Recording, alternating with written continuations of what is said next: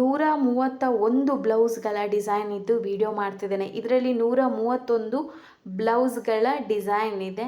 So ನೋಡಿ ನನ್ನ finishing ಹೇಗಾಗಿದೆ, ನೀಟಾಗಿದೆಯಾ ಇಲ್ವಾ. ಸೊ ನೀವು ನೋಡ್ಬೋದು ನಂದು ಫಿನಿಶಿಂಗ್ ಹೇಗಿದೆ ಅಂದರೆ, ನೀವು ಅಂದರೆ ನನ್ನ ಆರಿ ವರ್ಕ್ ಜರ್ನಿ ನಾನು ಎಲ್ಲಿಂದ ಕಲಿತೆ ಅಂತ ಕೆಲವರಿಗೆ ಗೊತ್ತಿರ್ಬೋದು, ತುಂಬ ಜನಕ್ಕೆ ಗೊತ್ತಿರಲಿಕ್ಕಿಲ್ಲ.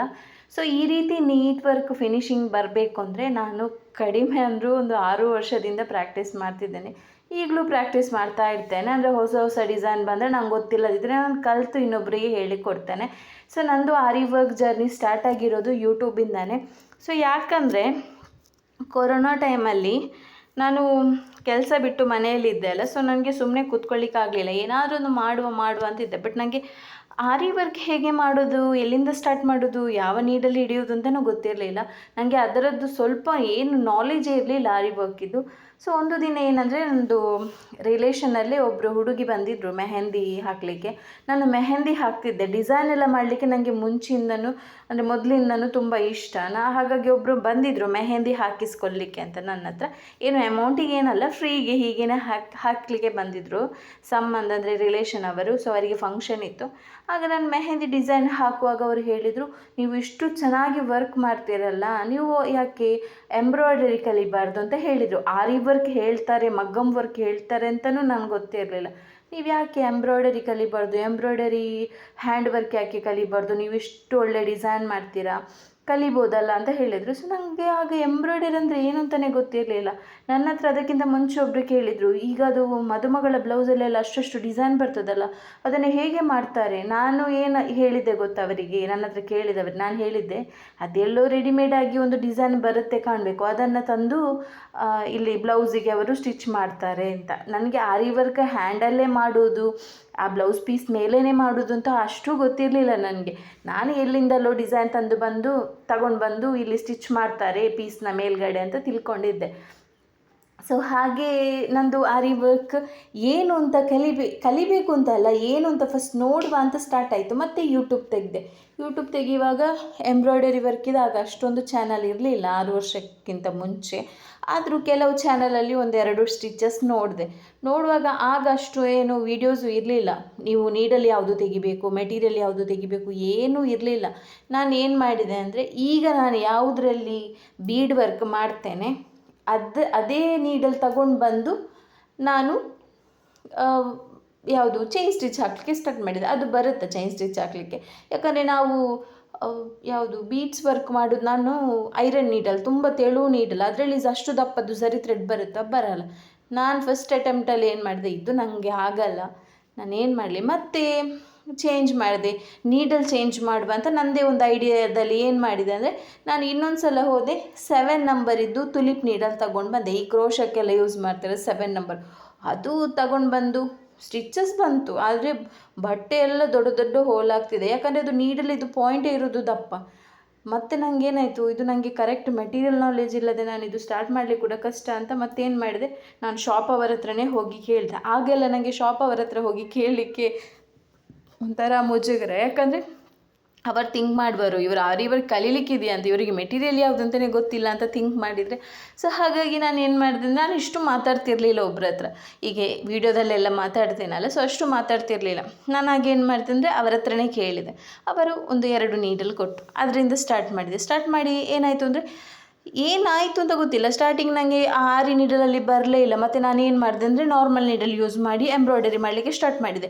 ಆರ್ಡ್ರು ಬಂತು, ಕಸ್ಟಮರ್ಸ್ ಬ್ಲೌಸು ಕೊಟ್ಟರು. ಬಟ್ ಏನಾಯಿತು ಅಂದರೆ, ನಮ್ಮ ಈ ಆರಿ ವರ್ಕ್ ಅಷ್ಟು ಫಿನಿಶಿಂಗ್ ಬರ್ತಿರಲಿಲ್ಲ ನನಗೆ. ಅಂದರೆ ಸ್ವಲ್ಪ ಬೀಡ್ಸ್ ಎಲ್ಲ ಲೂಸ್ ಆಗ್ತಿತ್ತು, ಥ್ರೆಡ್ ವರ್ಕ್ ಎಲ್ಲ ನೀಟ್ ಬರ್ತಿತ್ತು, ಬೇರೆ ಯಾವುದೂ ಸ್ಟಿಚಸ್ ಮಾಡಲಿಕ್ಕೆ ಆಗ್ತಿರಲಿಲ್ಲ. ನನಗೆ ತುಂಬ ಕಷ್ಟ ಆಗ್ತಿತ್ತು. ಆಗ ನಾನು ಕಸ್ಟಮರು ಕೆಲವರು ಒಳ್ಳೆಯದಾಗಿದೆ ಅಂತ ಹೇಳ್ತಿದ್ರು, ಕೆಲವರು ಏನು ಹೇಳ್ತಿದ್ರು, ಸ್ವಲ್ಪ ಫಿನಿಶಿಂಗ್ ಇನ್ನೂ ನೀಟ್ ಆಗಬೇಕು ಅಂತ ಹೇಳ್ತಿದ್ರು. ಆದರೂ ನಾನು 6 ತಿಂಗಳು ನಾನು ನಾರ್ಮಲ್ ನೀಡಲಲ್ಲೇ ಅಂದರೆ ಇದು ಎಂಬ್ರಾಯ್ಡರಿ ಡಿಸೈನ್ ಮಾಡಿದ್ದೇನೆ ಕಸ್ಟಮರ್ ಬ್ಲೌಸಿಗೆ. ಟೋಟಲ್ ಒಂದು 80,000 ಅರ್ನ್ ಮಾಡಿದ್ದೇನೆ ನಾನು ನಾರ್ಮಲ್ ನೀಡಲಲ್ಲಿ ಮಾಡಿ. ಮತ್ತೇನಾಯಿತು ನನಗೇನೆ ಆಯಿತು, ಈ ಥರ ಫಿನಿಶಿಂಗ್ ಇದ್ದರೆ ನನ್ನ ಬಿಸ್ನೆಸ್ ಗ್ರೋ ಆಗೋದಲ್ಲ, ಮುಂದೆನೂ ಹೋಗ್ಲಿಕ್ಕಾಗಲ್ಲ ಅಂತ. ಅದೇನಾಯಿತು ಅಂದರೆ, ಮಿಡ್ಲಲ್ಲಿ ಒಂದು 4 ಬ್ಲೌಸ್ ಒಬ್ಬರು ಕೊಟ್ಟಿದ್ದರು ಟೈಲರ್, ಅವರು ರಿಟರ್ನ್ ತಗೊಂಡೋದ್ರು. ಯಾಕಂದರೆ ಅವರಿಗೆ ನಾನು ಫಸ್ಟ್ ಒಂದು ಬ್ಲೌಸ್ ಮಾಡಿ ಕೊಟ್ಟಿರೋದು ಇಷ್ಟ ಆಗಲಿಲ್ಲ ಡಿಸೈನ್. ಸೊ ಹಾಗಾಗಿ ಏನು ಮಾಡಿದರು ಅಂದರೆ, ಅವರು ಕೊಟ್ಟ ಇನ್ನೊಂದು ಸಲ ಅಂದರೆ ಅವರು ಟೋಟಲ್ 5 ಬ್ಲೌಸ್ ಕೊಟ್ಟಿದ್ದರು. ಫಸ್ಟ್ ಹೇಳಿದರು ನನಗೆ ಒಂದು ಬ್ಲೌಸು ವರ್ಕ್ ಮಾಡಿಕೊಡಿ, ನೋಡ್ತೇನೆ ನಾನು ನಿಮ್ಮ ವರ್ಕ್ ಅಂತ. ಸೊ ನಾನು ಏನು ಮಾಡಿದೆ, ಒಂದು ಬ್ಲೌಸ್ ವರ್ಕ್ ಮಾಡಿಕೊಟ್ಟೆ. ಅವರಿಗೆ ಅದು ಫಿನಿಶಿಂಗ್ ಅಷ್ಟು ನೀಟಾಗಲಿಲ್ಲ, ನಾನು ನಾರ್ಮಲ್ ನೀಡಲಲ್ಲಿ ಮಾಡಿದ್ದಲ್ಲ. ಸೊ ಅವರು ಸ್ವಲ್ಪ ಕಿರಿಕಿರಿ ಮಾಡಿದರು, ಮತ್ತು ಆ 4 ಬ್ಲೌಸ್ ಕೂಡ ರಿಟರ್ನ್ ತಗೊಂಡು ಹೋದರು. ಆಗ ನಾನು ಡಿಸೈಡ್ ಮಾಡಿದೆ, ನಾನು ಆರಿ ವರ್ಕ್ ಫೀಲ್ಡ್ ಬಿಡ್ತೇನೆ, ಇಲ್ಲಾಂದರೆ ನಾನು ಆರಿ ವರ್ಕ್ ನೀಡಲಲ್ಲೇ ಪ್ರಾಕ್ಟೀಸ್ ಮಾಡ್ತೇನೆ ಅಂತ.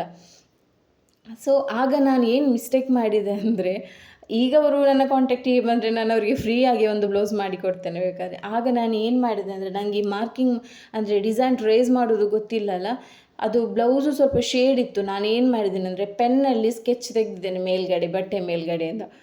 ಅದು ಅವರು ನಾನು ಮಾಡಿಕೊಟ್ಟಿರುವ ಡಿಸೈನ್ ಅವರು ತೆಗೆಯುವಾಗ ಈ ಪೆನ್ನಲ್ಲಿ ಮಾಡಿರೋದೆಲ್ಲ ಕಾಣ್ತಿರ್ಬೋದು ಅವರಿಗೆ. ಸರಿ ಬೈದಿರುವರು ನನಗೆ. ಏನು ಮಾಡೋದು, ಆಗ ಗೊತ್ತಿರಲಿಲ್ಲಲ್ಲ. ಈಗ ಸಿಕ್ಕಿದರೆ ನನಗೆ ಗ್ಯಾರಂಟಿ ಅವರಿಗೆ ಒಂದು 2 ಬ್ಲೌಸ್ ಆದರೂ ಫ್ರೀಯಾಗಿ ಮಾಡಿ ಕೊಡ್ತೇನೆ ಬೇಕಾದರೆ. ಬಟ್ ಅವರದ್ದು ಕಾಂಟ್ಯಾಕ್ಟು ಇಲ್ಲ ನನ್ನ ಹತ್ರ ಈಗ. ಅಂದರೆ ಸ್ವಲ್ಪ ದೂರ ಇರುವವರು ನನಗೆ ಕೊರಿಯರ್ ಮಾಡಿರೋದು. ಮತ್ತು ನಾನು ಅವರಿಗೆ ಬಸ್ಸಲ್ಲಿ ಹಾಕಿ ಕಳಿಸಿದೆ ರಿಟರ್ನ್. ಮತ್ತೆಂತ ಮಾಡೋದಲ್ಲ, ಎಲ್ಲರಿಂದನೂ ಮಿಸ್ಟೇಕ್ ಆಗುತ್ತೆ.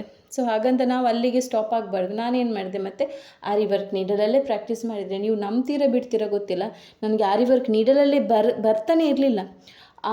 ಆ ಇನ್ಸಿಡೆಂಟ್ ಆದಮೇಲೆ ನಾನು ಆರಿ ವರ್ಕ್ ನೀಡಲಲ್ಲಿ ಪ್ರಾಕ್ಟೀಸ್ ಮಾಡಿ ವಿದಿನ್ 1 ವೀಕ್ ಒಳಗಡೆ ನನಗೆ ಪ್ರಾಕ್ಟೀಸ್ ಆಗಿದೆ ಆರಿ ವರ್ಕ್ ನೀಡಲಲ್ಲಿ. ಮತ್ತೆ ಸ್ಟಾರ್ಟ್ ಮಾಡಿರೋ ನನ್ನ ಆರಿ ವರ್ಕ್ ಜರ್ನಿ ಇಲ್ಲಿವರೆಗೂ ಎಂಡ್ ಆಗಲಿಲ್ಲ, ಇನ್ನು ಎಂಡ್ ಆಗಲ್ಲ ಅಂತ ನಾನು ತಿಳ್ಕೊಂಡಿದ್ದೇನೆ. ಯಾಕಂದರೆ ನಾನು ಎಲ್ಲಿವರೆಗೂ ನೀಟ್ ವರ್ಕ್ ಮಾಡ್ತೇನೆ, ಕಸ್ಟಮರಿಗೆ ಕರೆಕ್ಟಾಗಿ ಒಂದು ಡಿಸೈನ್ ಮಾಡಿ ಕೊಡ್ತೇನೆ, ಅಲ್ಲಿವರೆಗೆ ನನ್ನ ವರ್ಕ್ ನಿಲ್ಲಲ್ಲ, ನನ್ನ ಬಿಸ್ನೆಸ್ಸು ಸ್ಟಾಪ್ ಆಗಲ್ಲ.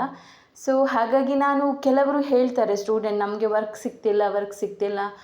ನಾವೇನು ಹೇಳೋದಂದರೆ, ಈಗ ನಾನು 1-2 ತಿಂಗಳಲ್ಲಿ ಮಾಡಿ ಬಿಟ್ಟಿದ್ದರೆ ನಾನು ಇಷ್ಟು ಬ್ಲೌಸ್ ವರ್ಕ್ ಮಾಡಲಿಕ್ಕೆ ಆಗ್ತಿರಲಿಲ್ಲ. ನೀವು ನನ್ನ ಒಂದು ಪ್ರೂಫಾಗಿ ನೀವು ನೋಡ್ಬೋದು, ನಾನು ಮಾಡಿರೋ ಫೋಟೋ ವಿತ್ ನನ್ನ ಕಾರ್ಡ್ ಇದೆ, ಬಿಸ್ನೆಸ್ ಕಾರ್ಡ್ ಇದೆ, ನೋಡ್ಬೋದು. ಇದು ನಾನೇ ಮಾಡಿರೋ ಡಿಸೈನ್ಸ್ ಎಲ್ಲ.